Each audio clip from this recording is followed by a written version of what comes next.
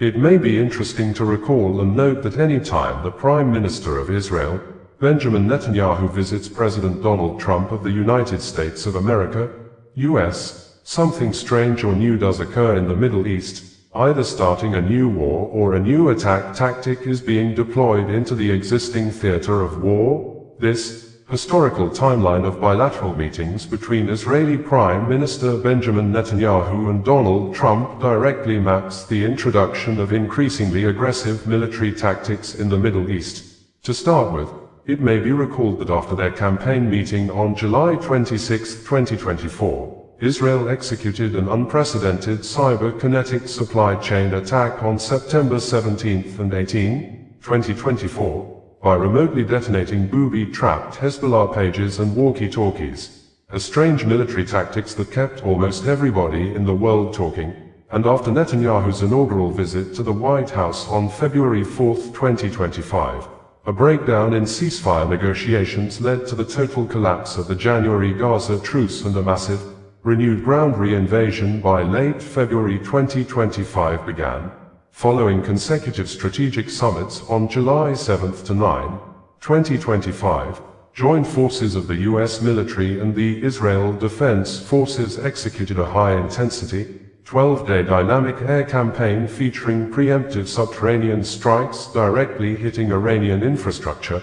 and in addition, following Trump and Netanyahu emergency winter bilateral meeting at Mar-a-Lago on December 29, 2025, regional hostilities escalated into an all-out, state-on-state comprehensive joint war against Iran that broke out on February 28, 2026, leading directly into the current theater of warfare that saw the killing of the Iran supreme leader, Ayatollah Ali Khamenei. And on Friday, the Israeli government informed the general public that the Israel Prime Minister, Benjamin Netanyahu, has prepared to depart Israel on Monday for his next scheduled White House summit on Tuesday, July 28, 2026.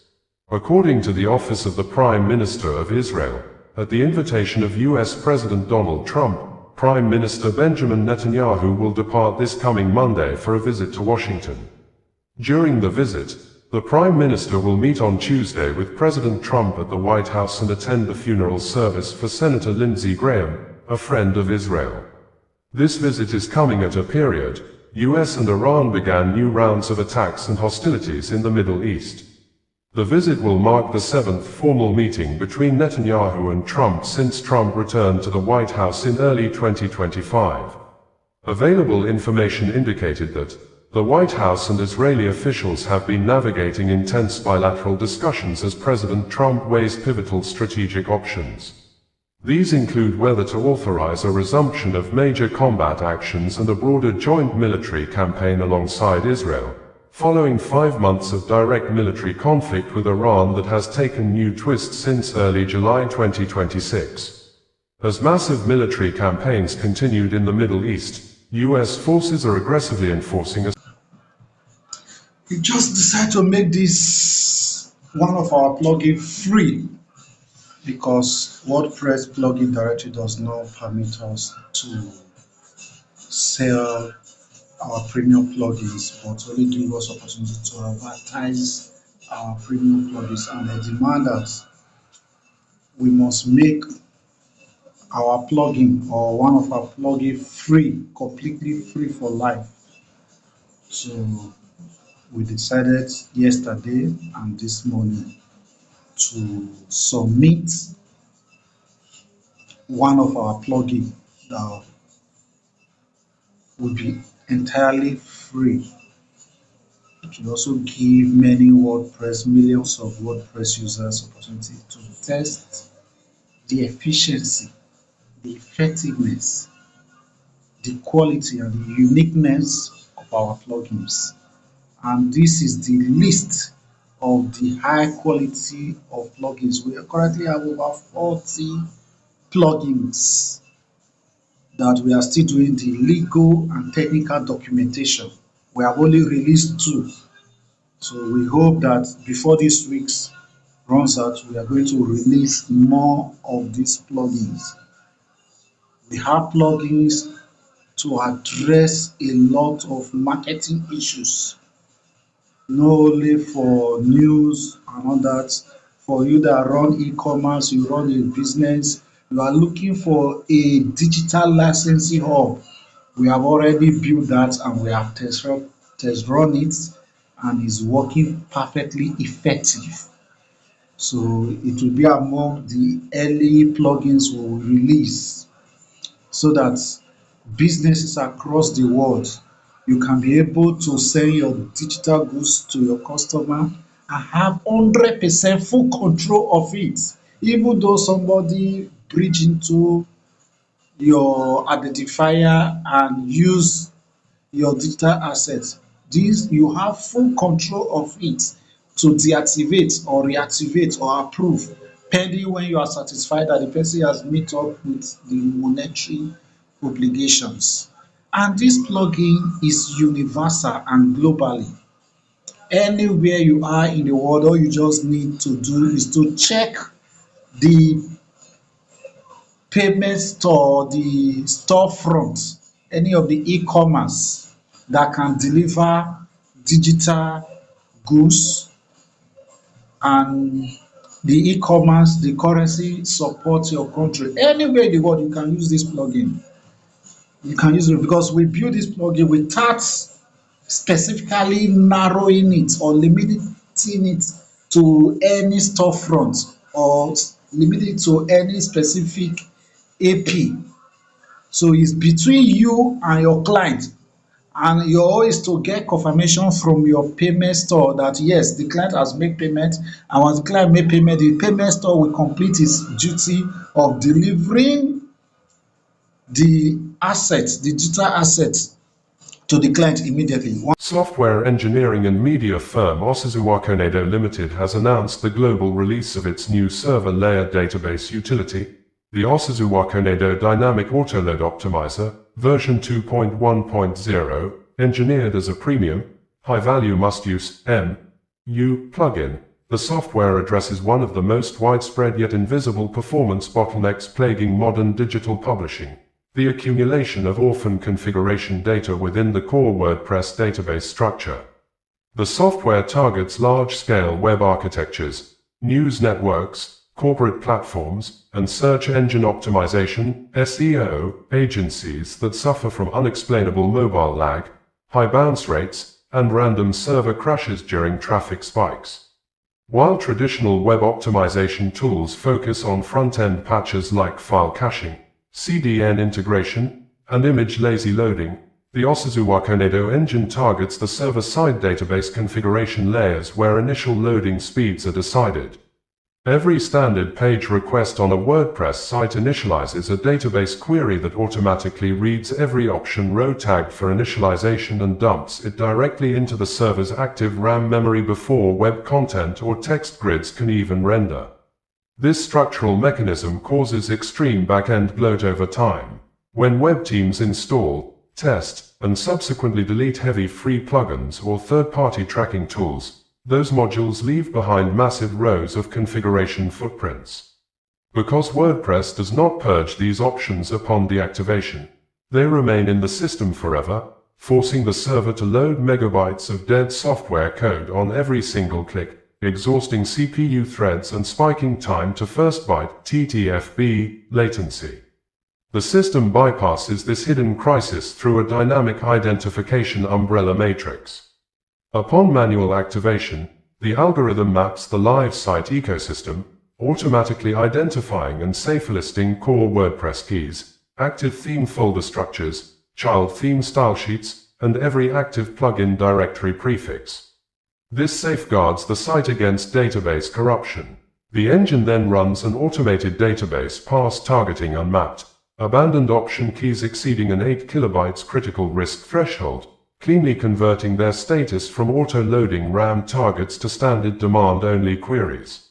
The creation of the database tool was driven by the firm's real-world experiences running high-traffic news properties like Osizuwa Konedo.news, a heavy media network running continuous dual live stream video feeds, interactive currency calculation matrices, and intensive Google AdSense ad networks on individual pages embedding up to 200 high-resolution images.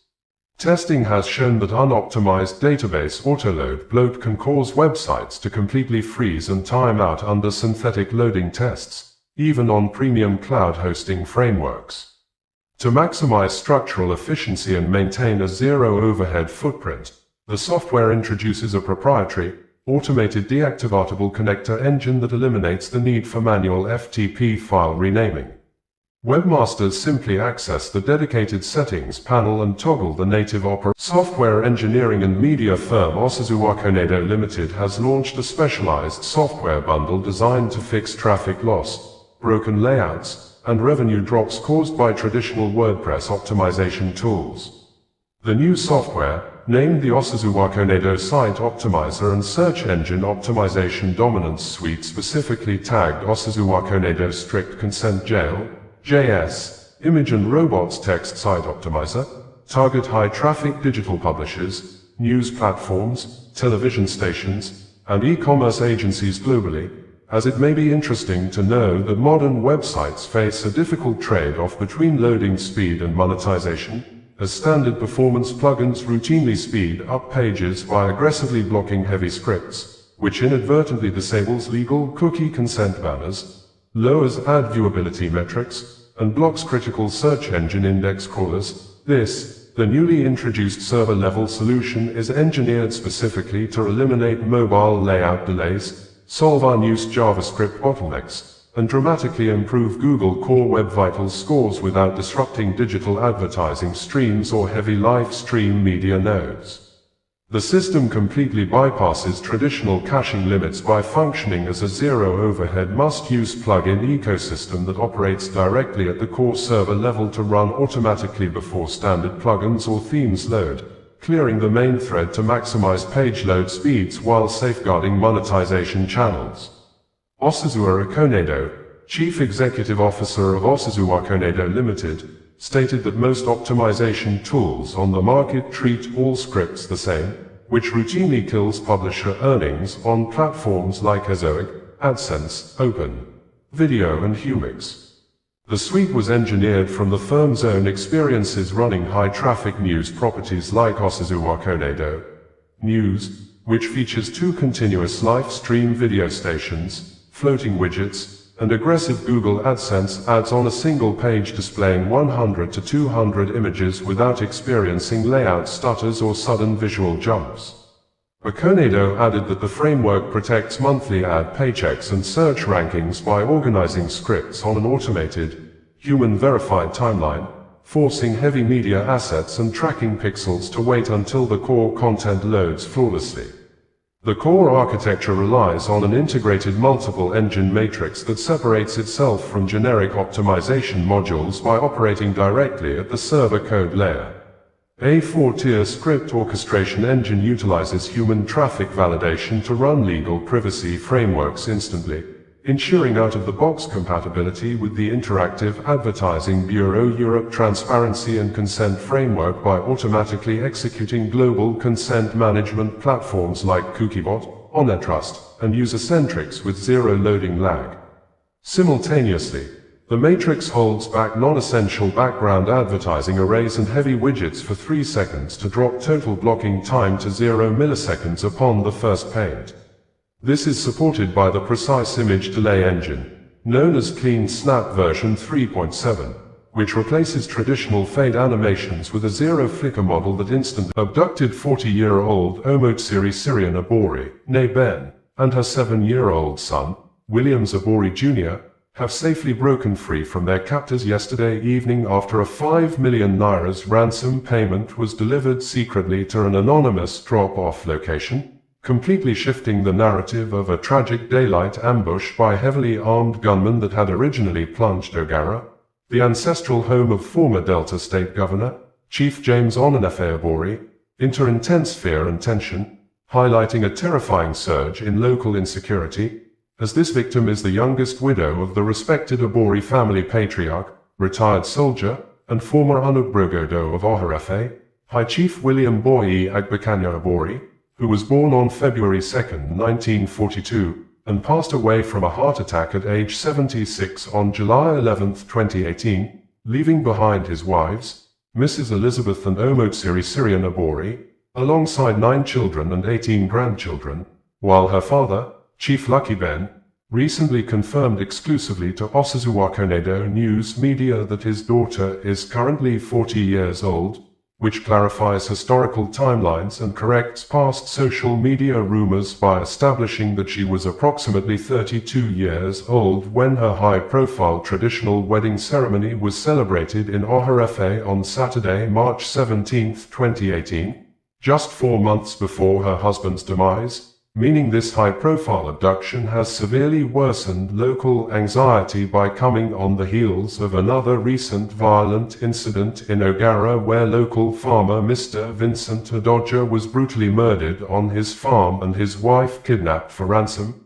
forcing Ethiopia West Local Government Council Chairman Honorable Chris Onigba to vow an aggressive security crackdown as terrified residents demand urgent, decisive tactical intervention from the police command to halt the growing criminal epidemic, though a wave of deep relief has swept through the family space after a close source confirmed the breakthrough directly via an urgent text message stating that they have gone to drop the ransom and she has been released to them, following aggressive backdoor negotiations that forcefully broke down the heavily armed gang's initial staggering 150 million naira's ransom demand.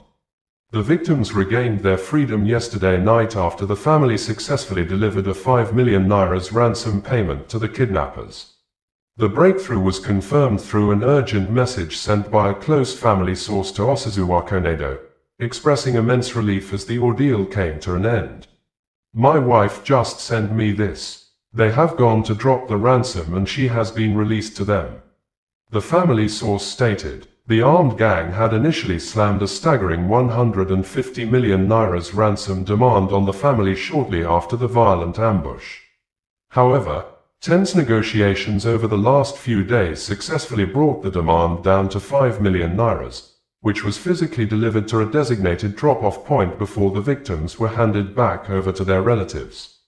Both victims are currently being reunited with their family members. This high-profile kidnapping occurs amidst apparent sharp decline in public safety within the Ethiopia West local government area.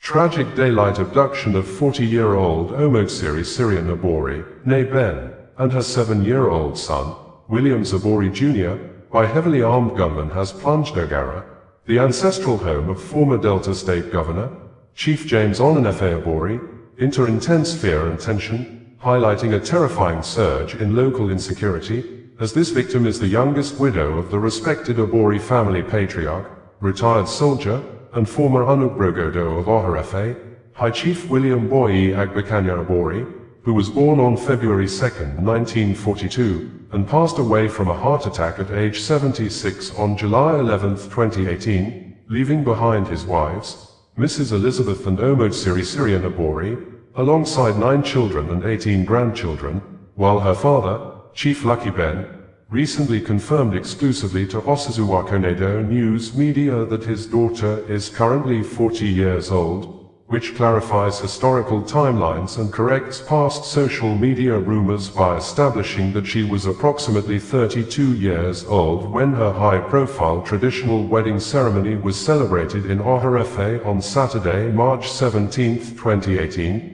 just 4 months before her husband's demise, meaning this high-profile abduction has severely worsened local anxiety by coming on the heels of another recent violent incident in Ogara where local farmer Mr. Vincent Adoja was brutally murdered on his farm and his wife kidnapped for ransom, forcing Ethiopia West Local Government Council Chairman Honorable Chris Onigba to vow an aggressive security crackdown as terrified residents demand urgent, decisive tactical intervention from the police command to halt the growing criminal epidemic.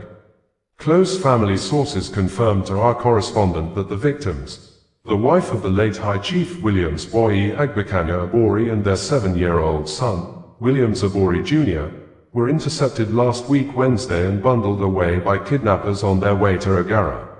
The victims have now spent 9 agonizing days in captivity. According to insider family sources, the criminal ring initially demanded a staggering 150 million nairas ransom for their release. However, following frantic negotiations, the kidnappers slashed the demands to 5 million nairas.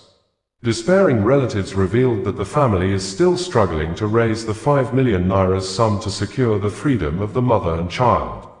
The late husband of the abducted woman, High Chief Williams Ibori, was the revered Unabrogodo, traditional spokesman of Oharefe in the Ogara Kingdom. A retired soldier and a member of the Delta State Advisory and Peace-Building Council, he passed away in 2018. This direct attack on his immediate family underscores a dangerous breakdown of security in the Ethiopia West local government area, spearheading fear that no one is safe. Just days ago, on Monday, June 29, 2026, a brutal attack occurred on a farm in Ogara. A local farmer, Mr. Vincent Adoja, was ambushed and brutally murdered by armed assailants between 3 p.m. and 4 p.m. while working on his land. The attackers butchered Mr. Adoja on the spot before forcefully carting away his wife into the forest. Africa Network for Environment and Economic Justice, ANEJ, has expressed deep concern over the acquittal of former Nigerian Minister of Petroleum Resources, Mrs. Dizani Alison Madueke, by a United Kingdom court, describing the verdict as a troubling moment for the global fight against corruption, illicit financial flows (IFFs), and impunity, a statement that follows the June 17, 2026, ruling at the Southwark Crown Court in London, where a jury cleared Alison Madueke of all 6 bribery charges brought against her by the UK's National Crime Agency, NCA, after a 5-month trial and 46 hours of deliberation, while her co-defendants, oil executive Olutimbo Oyinde and her brother, Doya Gama, were also acquitted, bringing a dramatic end to a saga that began more than a decade ago, a development that prompted ANEJ to take immediate action today, June 23, 2026, by launching a critical 2-day capacity-building workshop in Abuja in collaboration with the Economic and Financial Crimes Commission, EFCC, Nigerian Financial Intelligence Unit, NFIU, a body domiciled within the Central Bank of Nigeria, CBN, and Special Control Unit Against Money Laundering, SQML, an arm of the EFCC, to aggressively equip civil society organizations, CSOs, with the necessary tools to track, combat, and dismantle these very same illicit financial flows across Nigeria. Alison Madueke served as Nigeria's powerful oil minister from 2010 to 2015 and was the first female president of the Organization of the Petroleum Exporting Countries, OPEC. Her tenure was immediately hit by controversy when former Central Bank of Nigeria, CBN Governor, Sanusi Lamido Sanusi alleged that $20 billion in oil revenue had gone missing under her watch. In May 2015, just as the administration of President Goodluck Jonathan was handing over power to Muhammadu Buhari, Alison Madueke left Nigeria for London. By October 2015, the UK's NCA arrested her on suspicion of bribery and money laundering, seizing her passport and sparking a 13-year international investigation. For years, Alison Madueke's legal team fiercely resisted attempts by Nigeria's Economic and Financial Crimes Commission, EFCC, to extradite her back to Abuja to face separate corruption charges.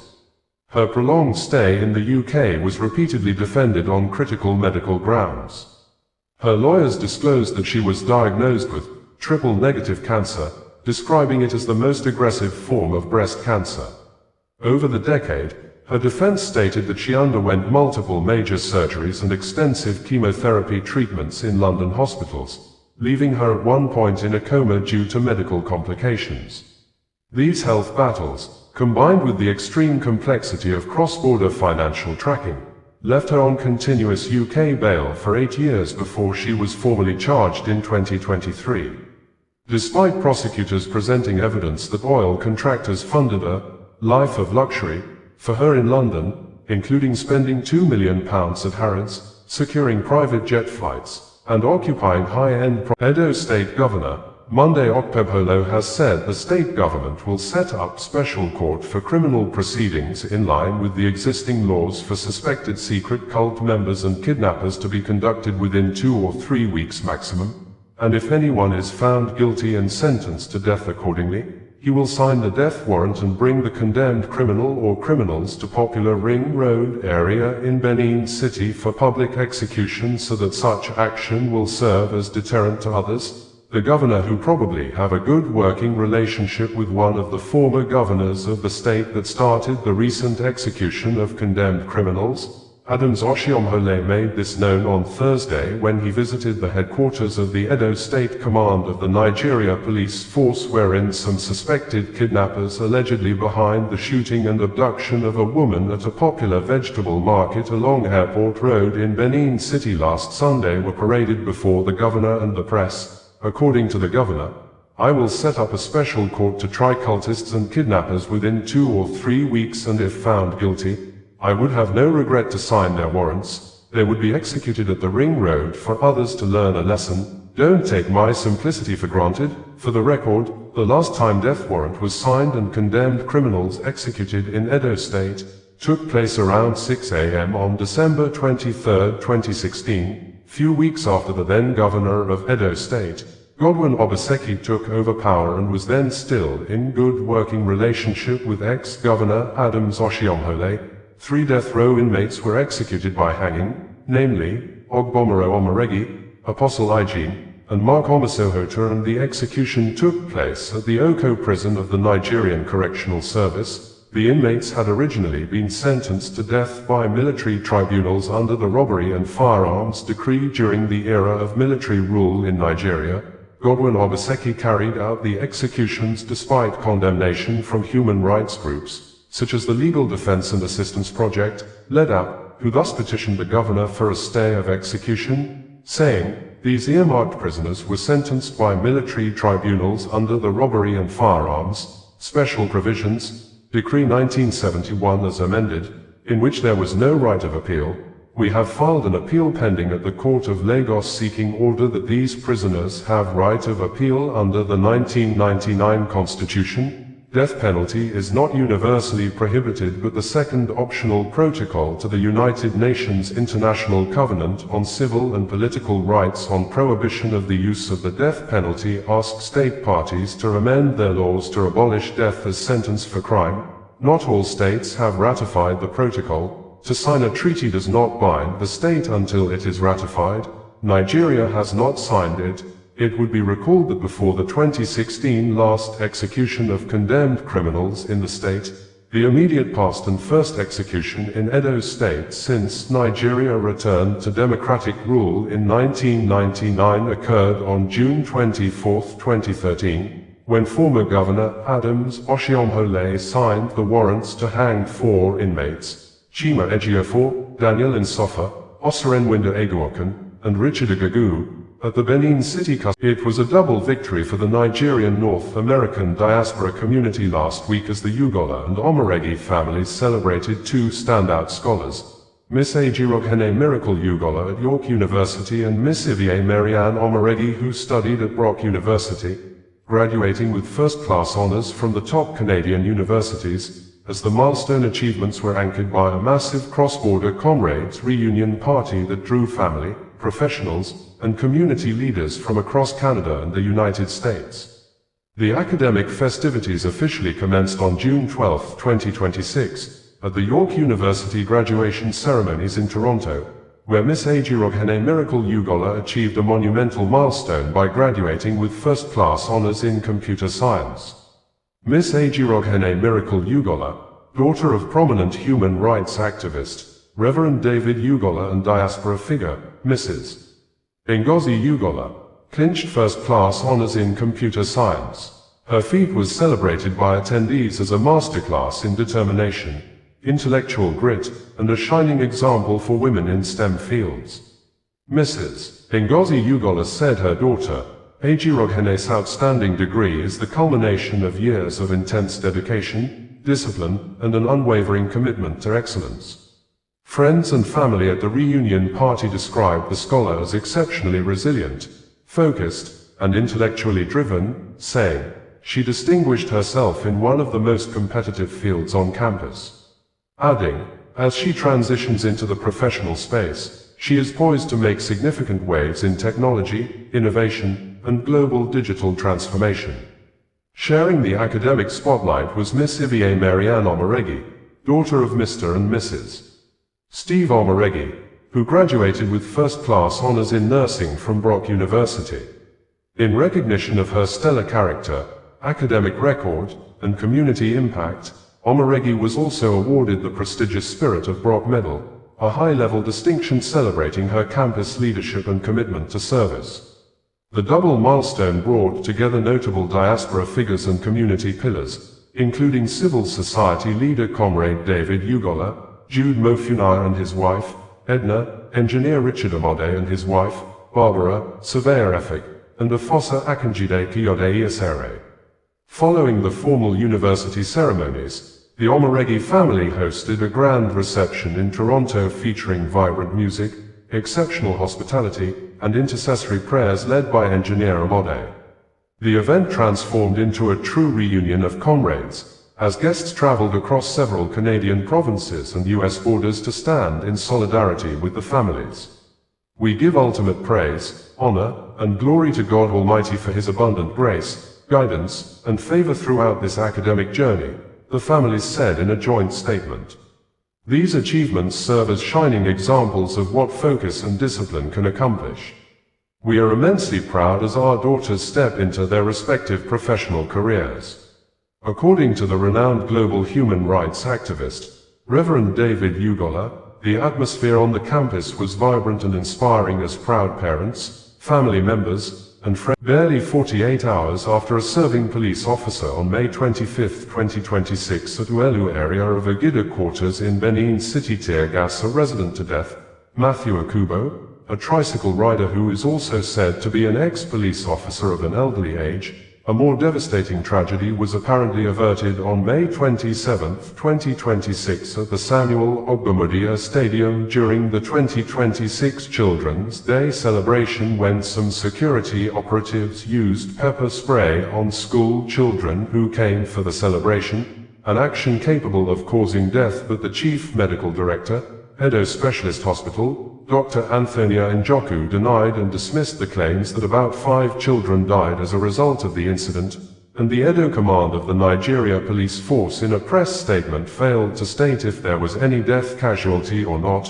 but stated that 4 persons including the seller of the pepper spray chemical substance have been arrested and detained in connection with the Children's Day incident, adding that the policeman who caused the death of the tricycle rider has been in detention waiting to be arraigned for possible act of murder.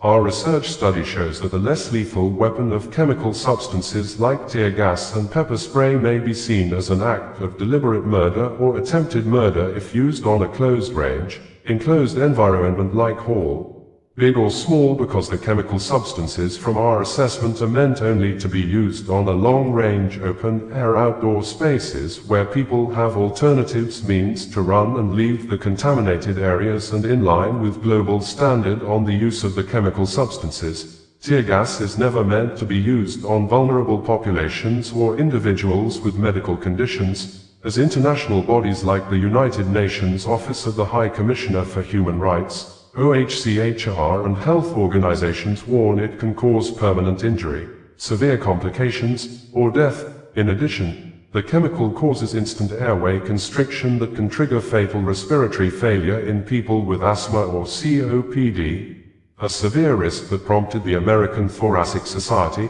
ATS, to call for a total moratorium on its use, because, simultaneously, the intense physical stress can induce cardiac arrest in those with heart disease, as documented by Physicians for Human Rights, PHR, and according to strict deployment standards from Amnesty International, infants and young children face significantly higher risks because their developing lungs breathe faster, and heavy gas vapors settle near the ground. Pregnant individuals face severe risks of premature labor or miscarriage, a danger highlighted in field reports by National Nurses United and reproductive toxicology data published by the National Institutes of Health, NIH. Also, the elderly suffer prolonged tissue damage due to a reduced physical ability to flee. And finally, the American Lung Association warns that people with eye conditions, especially contact lens wearers, can suffer chemical burns and permanent vision loss from trapped toxins, though legally,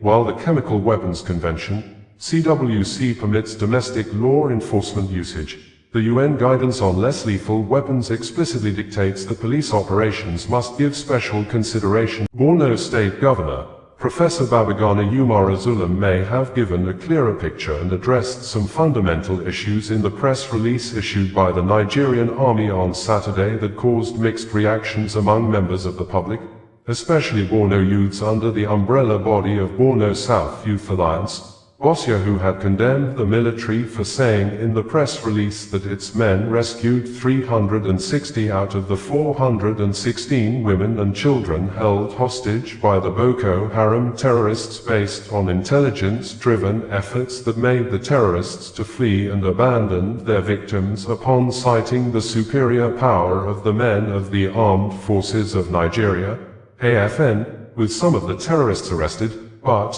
the state governor, Babagana Zulum, while speaking during his assessment visit to Pulka community on Monday, said 434 victims out of the total numbers of people kidnapped early this year in Ngosh community by the Boko Haram terrorists have regained freedom, specifically stating that 357 captives walked free in the latest coordinated effort. Other captives have been released in phases over the preceding months, bringing the total number of freed captives to 434.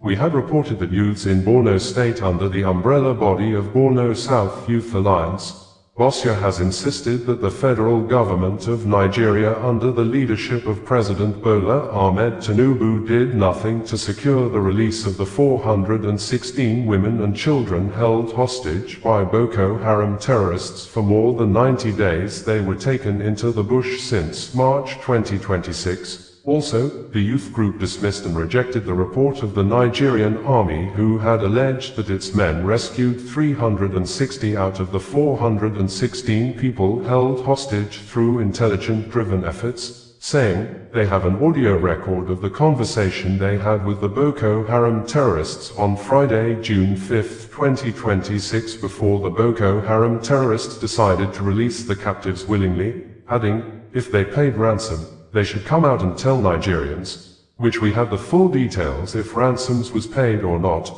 as Senator Ali Ndume automatically started thanking President Bola Ahmed Tinubu. Is there something Nigerians need to know that is hidden? It may be recalled that we have reported that barely a day after President Donald Trump of the United States of America, the USA announced the killing of Abu Bilal al-Minuki, the second in command of the Islamic State in Iraq and Syria, ISIS, in a joint operation with Nigeria soldiers in Borno State. A new video of the abducted 416 women and children in Boko Haram captivity has been released, in addition to a gory video earlier released by the terrorists wherein they beheaded almost 6 men who the insurgents said tried to escape among the kidnapped victims. This had led to public outcry and demonstrations. But according to Punch newspaper, protesters are reportedly denied the rights to protest in Maiduguri, the Borno state capital, saying the army reportedly deployed tanks and heavily armed personnel to Filling Polo,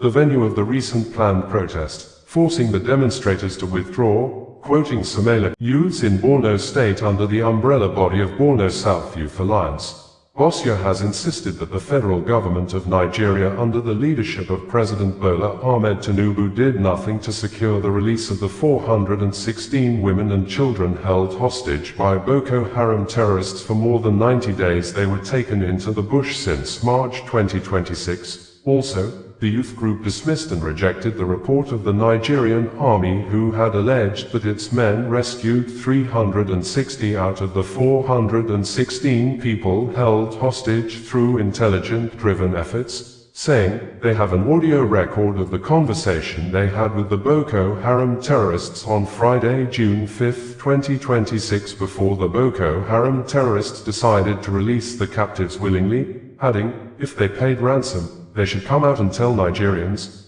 which we have the full details if ransoms was paid or not, as Senator Ali Ndume automatically started thanking President Bola Ahmed Tinubu. Is there something Nigerians need to know that is hidden? It may be recalled that we have reported that barely a day after President Donald Trump of the United States of America, the USA announced the killing of Abu Bilal al-Minuki, the second in command of the Islamic State in Iraq and Syria, ISIS in a joint operation with Nigeria soldiers in Borno State. A new video of the abducted 416 women and children in Boko Haram captivity has been released in addition to a gory video earlier released by the terrorists wherein they beheaded almost 6 men who the insurgents said tried to escape among the kidnapped victims. This had led to public outcry and demonstrations, but according to Punch newspaper, protesters are reportedly denied the rights to protest in Maiduguri, the Borno state capital, saying,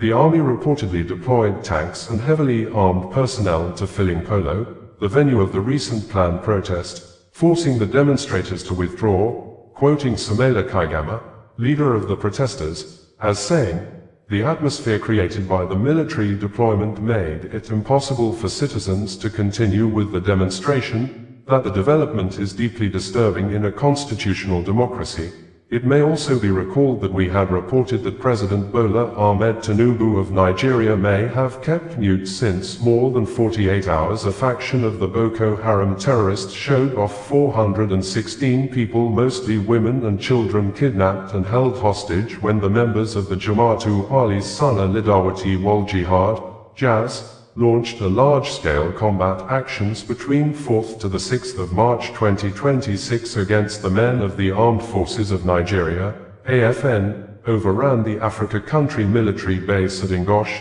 killing several soldiers, a figure the Nigeria Authority disputed to be 14 after several reports indicated that more than 40 soldiers were killed during the attack, in addition to more than 100 civilians including Chief Imam of Ngosh alongside the community elders killed during the coordinated attacks that lasted days at Ngosh community in Gwoza local government area of Borno State.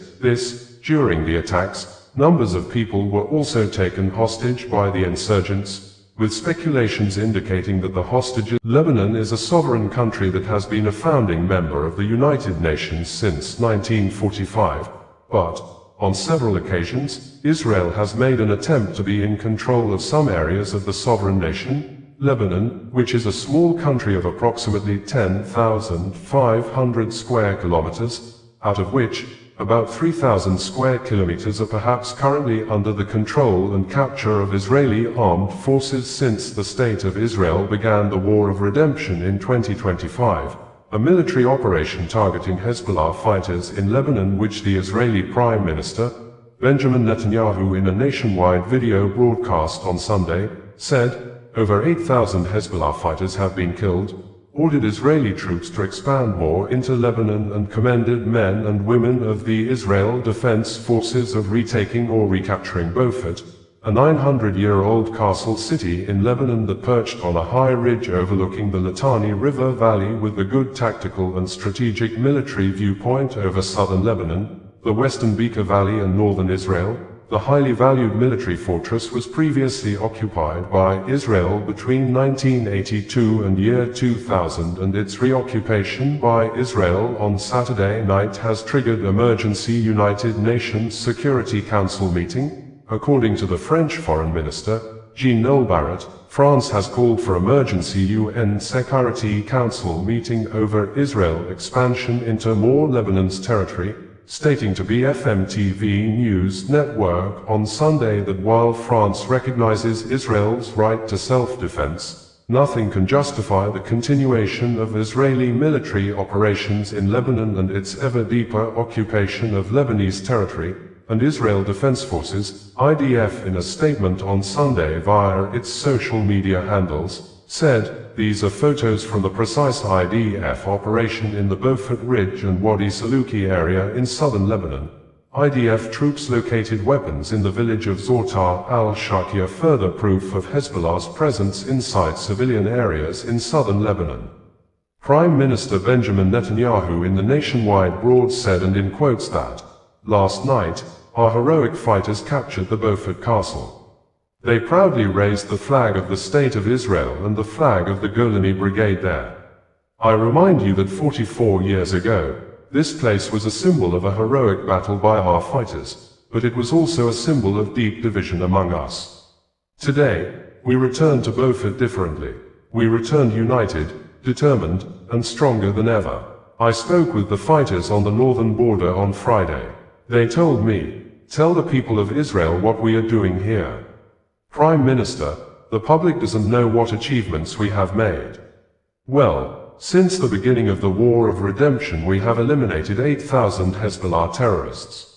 Since Operation Roaring Lion 3,000. In the past month alone 700. This is more than everyone we eliminated during the Second Lebanon War. I have instructed the IDF to expand the incursion in Lebanon. Our forces have crossed the Litani River. They took dominant terrain. They captured the Beaufort Ridge. And now my information from the Office of the Special Advisor to the Nigerian President, Bayo Onanuga, has shown apparent strong indications that the federal government under the leadership of President Bola Ahmed Tinubu may use the act of trumped-up allegation to harass, intimidate, arrest and detain one of the president anti-2027 re-election activists who is also the president and founder of the Ratel movements, Martins Vincent Otts aka Ibori,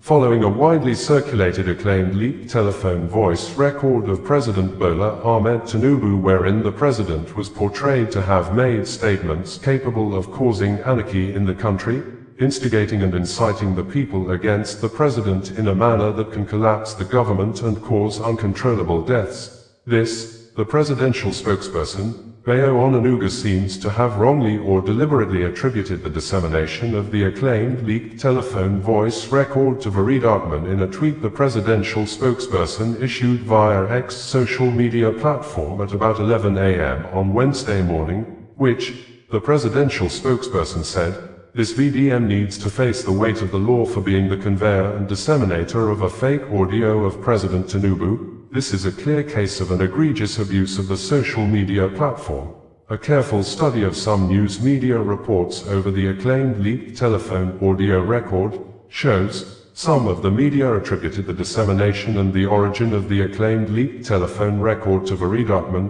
but none of the media companies was able to satisfy the basic principles or standards of news writing and publishing, which requires the media companies to provide or state when and where Veridakman disseminated such information, an action that shows there may be high-level conspiracy to arrest and keep the anti-government activist in a perpetual detention till after 2027 general elections with possible trumped-up allegations of treasonable count charges or alleged acts to endanger national security. For the purpose of clarity, trumped-up allegation, according to Cambridge Online Dictionary, it is an allegation that is deliberately based on false information so that someone will be accused of doing something wrong and punished.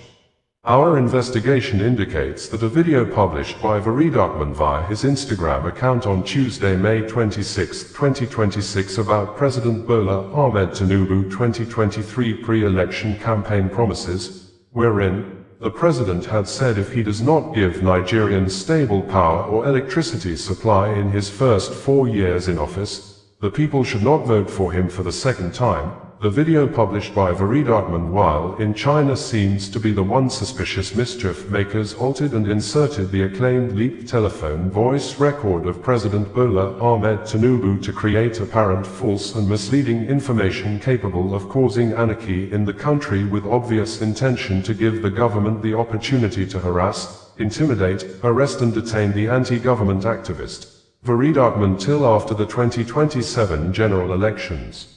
Verbatim, in quotes, Sahara reporters reported that the Nigerian presidential aide, Bayo Onanuga, has lashed out at social media influencer, Martins Vincent Otts, popularly known as VDM, over the circulation Bringing you the news in a more digital way.